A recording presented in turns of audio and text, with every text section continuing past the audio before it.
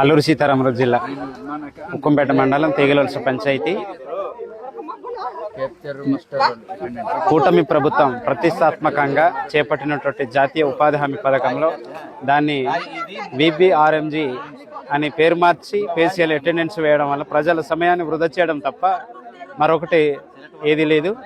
పాత పద్ధతిలో అవలంబించడము ఉత్తమమే అనుకుంటాం మేము. ఇది సిగ్నల్ లేని దగ్గర ప్రజలకి చాలా సమయం వృధా చేస్తున్నారు ప్రభుత్వం. దీని పై స్థాయి అధికారులు పట్టించుకొని దీన్ని చొరవ తీసుకొని వెంటనే పాత పద్ధతులు అవలంబించడం చాలా మంచిదని మేము ప్రజలుగా రిక్వెస్ట్ చేస్తా ఉన్నాం. అయితే ఈ పాత పద్ధతే మంచిది అంటారా? పాత పద్ధతి మంచిది. ఆఫ్లైన్ హాజరు వేయడం ప్రజల సమయాన్ని వృధా చేయకుండా ఉండడానికి అది ఒక మంచి అవకాశం. ఓకే. అయితే కూలీ ఇలా అదే 2 పూటలు మనం ఫోటో తీసుకోవాలంటే కూలీ ఎంత పెడితే బాగుంటది? ప్రభుత్వం ఏ రీతిగా అయితే పే స్కేలు ఒకరోజు పర్ డే 300 అంటున్నారు. 300 గిట్టుబాటు రాదు, సమయం వృధా చేస్తున్నారు.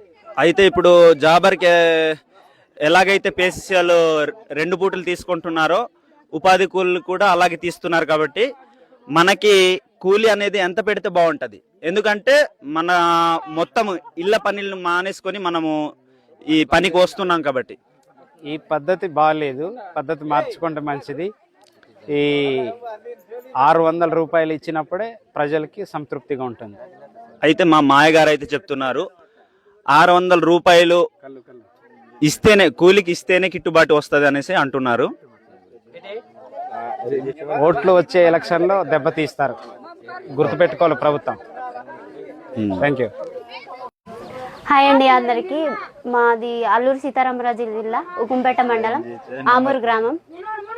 మేమైతే రోజు ఉపాధి హామీ పథకం కింద పనులు చేయడానికి అయితే వస్తున్నాము.